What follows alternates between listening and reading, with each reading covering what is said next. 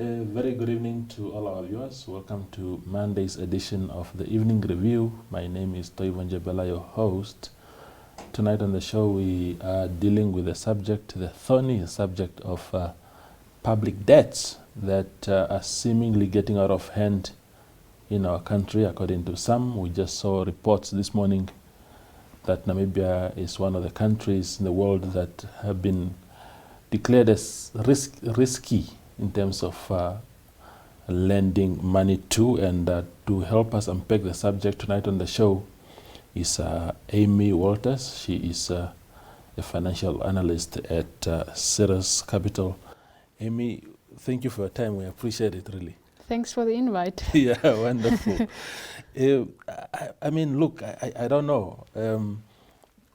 I was reading the article in the Namibian this morning, and it talks about Namibia being classified as one of the countries that are considered a risk to lend money to because of our spiraling debt levels. What is your interpretation of that?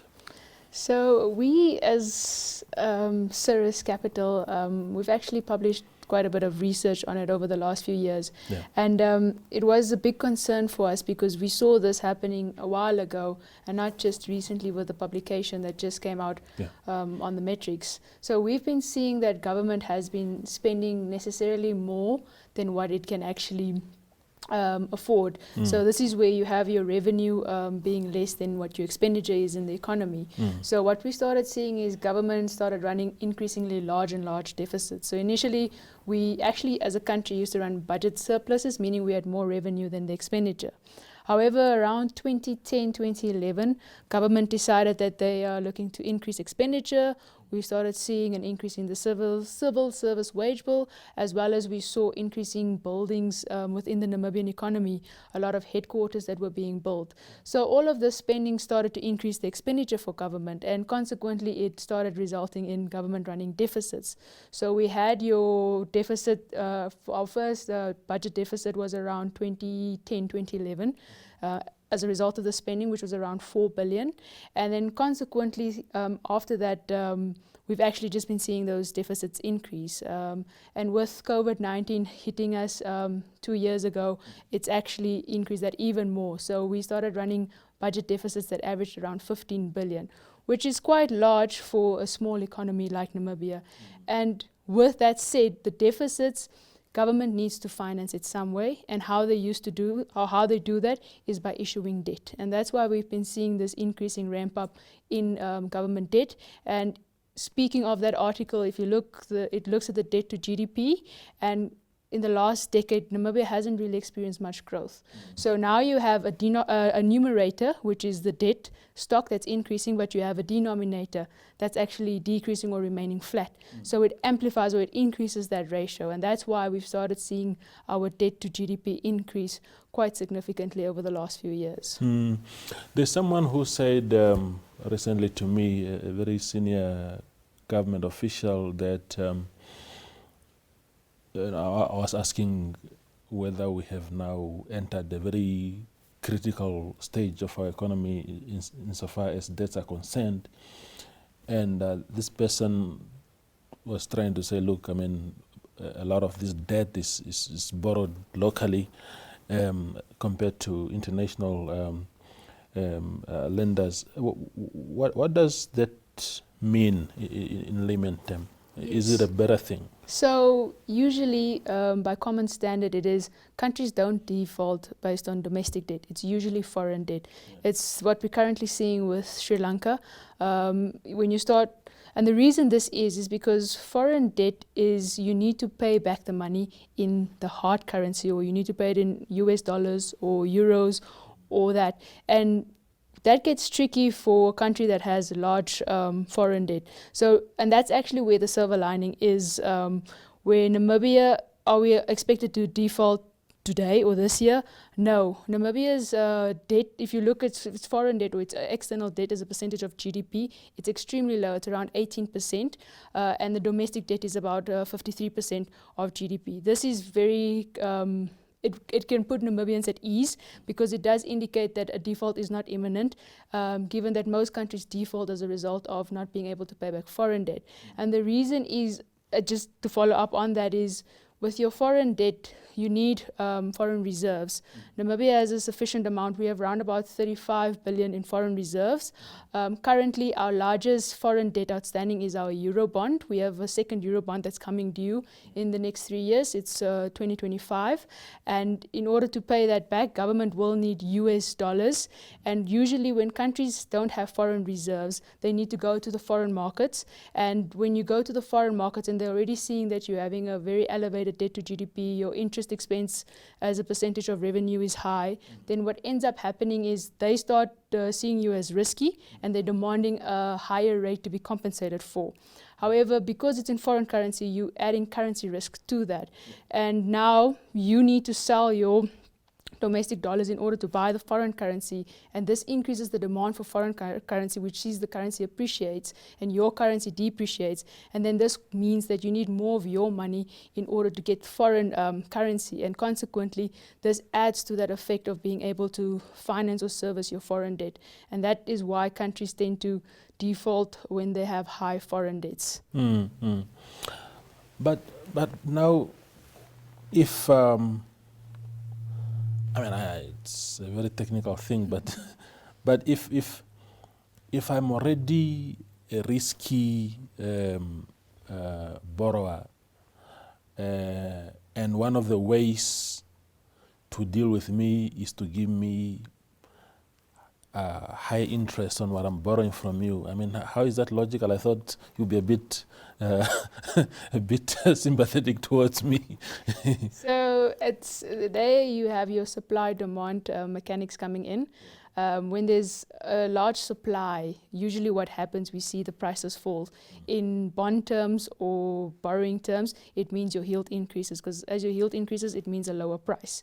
So if there's a lot of a certain good, in this case, if there's a lot of government paper available, it's going to put downward pressure on the price. And that's why you see yields increasing. And that's kind of the logic of, yes, you feel like you're in a difficult situation, but investors see it from a point of view, I have this capital, I have the opportunity to invest it in South Africa, I have the opportunity to invest it in Tunisia or Egypt, why give it to Namibia, for instance? So you run this opportunity cost.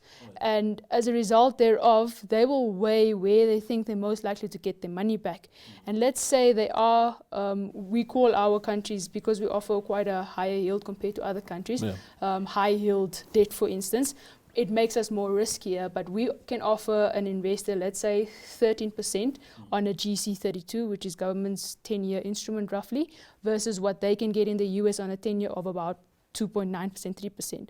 So they would most likely want to invest it in Namibia because they're getting a significantly higher yield. However, it does come with the fact that they're taking on more risk, and that's why that difference between a 3% and a 13%, we call it the risk premium for Namibia. They take into account Namibia's ability to repay them. They take into account liquidity and those type of stuff. So in that sense, the investor needs to make a cost-benefit analysis for them, and they will not give a pool of money if they can invest it somewhere else that is much more attractive to them, because we are competing with the whole world. Everyone wants foreign funding, but there is a limited pool of capital available. And that's also, when you start seeing high interest rate, it's also a way to attract foreigners into a country. But it's a challenging one, because again, that high interest expense does mean that your cost of funding increases. And for government, that is a cause for concern, especially when you're running larger deficits, as well as needing to borrow more, and then you start seeing that interest rates are also increasing. I mean, as individuals, if I were to default on my housing bond or my cars, I will be penalized by the bank by maybe, how do they call it when they come after your things? They confuse. Closure. Yes. What happens in a case of a country if you do not honor your obligations? So that's actually happened with a few countries. Russia was also one of them a few years, actually quite a number of years ago. Sri Lanka was at some stage. Yeah, so Sri Lanka is actually going through that process right now. So what ends up happening is, as a country, you get put on a list, which is that's also why we have these credit rating agencies. So they give an indication of how risky a country is, and if a country does default, what happens is all these international facilities that used to be available to the country becomes limited. No one wants to lend to the country anymore, and you start seeing a case, for example, in Zimbabwe, when once the global economy turns away from you, you start experiencing a plethora of economic issues, high inflation, you start seeing low growth, so you start having a really spiraling economy that starts spiraling actually, and you start having limited growth and available to funding in order to stimulate this. And with that being said, it takes a number of years before, once you start getting your balance of payments in order again, once you start getting certain processes, and you still at the end of the day are obligated to pay back that debt. It might just take a longer time period, and it does increase the riskiness of the country. So for future, if you want to go borrow again, they will always charge you an extra credit risk premium for that. Before we go on a break, Amy, if Namibia is unable to borrow anymore, given, of course, the reputational risk now that we are busy accruing as a result of our spilling debt, what options are we left with as a country? How do we fund our deficit if everybody was to turn their back on us and say, no, you are just too much of a risk? So that we don't want to find ourselves in a position like that, because as much as you can borrow locally, you also want access to the international markets. It just always helps to have an additional source of funding that you can access in case that you need it, the need provides. So should Namibia find itself in a position, it's something as a country I think we should try and avoid as much as possible. As I mentioned earlier, we don't see that being a cause for concern in the near-term future. However, should that happen, we will see a significant spike in Namibian credit. We saw something similar happen in Ghana with some of the defaults coming through, and also Zambia, was it 2019, that you start seeing those yields shooting up extremely. So as a country, we really need to try and avoid that as much as possible, because that will be very damaging for our economy in terms of growth, in terms of just the living of standard within the Namibian economy, and it puts our currency peg also at great risk, because we are linked to the South African rand, and if that is the case, we cannot pay and we default on our debt, our foreign currency gets depleted, then we'll see that peg also break, and that causes substantial economic consequences for us as a country. Yeah. Okay, we go for a quick break and return for a second half.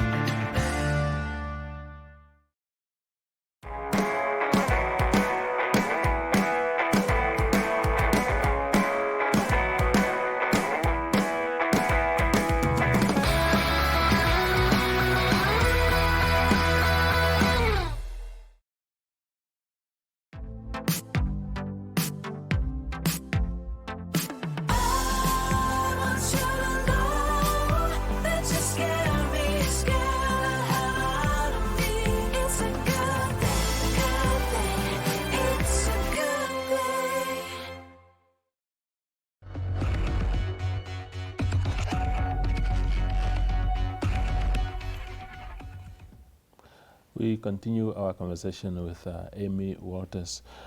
Now, Amy, just, having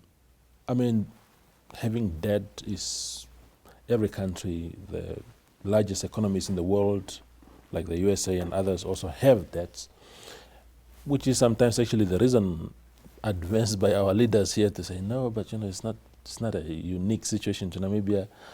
But for me, my worry is the pace at which this has accumulated.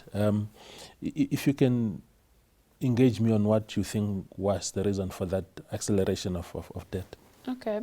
Yeah, so there were three main reasons for our increase in the debt. As I mentioned initially, it was the government increasing its spending back in 2011. But what also happened during that period is government was looking for ways to grow the Namibian economy. And what they realized is Namibia is a small economy and we needed funding, so they went to the external markets. And this is where they went to go look for foreign funding in order to finance the TAPEC project, which was trying to get employment and help to stimulate economic growth in the Namibian economy. So what happened is we managed to get the money. We secured about 5 to 6 billion in foreign funding, which we called the Eurobond. However, consequently, what happened is that project wasn't as successful as it should have been. Government didn't generate the numbers that it initially put forward in its prospectus. It also didn't create the employment. So consequently, they took out debt and the money wasn't spent productively. And what you have is when you do take out debt, that obligation remains with you. You will need to pay it back. So initially, government did have sufficient funds to pay back that first Eurobond, which was due in 2021. However, we were struck by COVID-19, and as a result, a lot of the governments had to provide stimulus funding for countries. And what we saw in that period is government made use of the sinking fund money, which it set aside in order to redeem the Eurobond. So what happened is now government didn't have money. The project that it spent the money on wasn't as successful, so it didn't really have much to show in terms of growth. So the return on investment wasn't great. And you have this obligation. So what ended up happening, government had to raise that money, and they managed to do that through the domestic market. So what we saw in 2020 is government started issuing a lot of domestic debt in order to try and help supplement that redemption, and that was about 8 billion that had to be redeemed roughly. And as you can see, you borrow around 5-6 billion, come 10 years later, because of exchange rate fluctuations and many other factors, you have to pay back more than what you initially got. So we had to pay back about roughly 8 billion. And this saw both a ramp up in debt as well as the larger deficits we were running on the back of having to help with COVID and the necessary health facility that government needed to step in to just keep everything maintained within the economy. So number one, it was the spending that started in 2010, 2011. Then we had the Eurobond investing in projects that weren't as positively reaping the rewards of it. And then we had to pay back that debt in addition to COVID-19. So that's what's seen our debt increase to the levels it has. Yeah. This, I mean, we have steered clear as a country from the likes of IMF. Now, I suppose because of COVID and everything, we have now borrowed money from IMF, and it seems to have come with stringent conditions, as they always do, the IMF. What do you make of that particular concession there? Because obviously you spoke about how previous borrowings did not really yield what we thought they would do. But with IMF, they are always strict. In fact, one of the conditions, if my information is correct, was to say that they must not use this money to increase the civil servant salaries and stuff like that. Is it a better option when you are guided by those strict rules, or is it better when you have a leeway sort of how you want to use the money? So maybe with regards to the IMF, they did make a facility available that was particularly to provide assistance given COVID, because it was not just one country but it was the world. So the facility that we've applied for was a much more lenient facility. So it's not in your extreme cases, for example, what's currently happening in Ghana, where the IMF comes to step in and starts demanding and expressing what needs to be changed. So we're lucky with regard to that.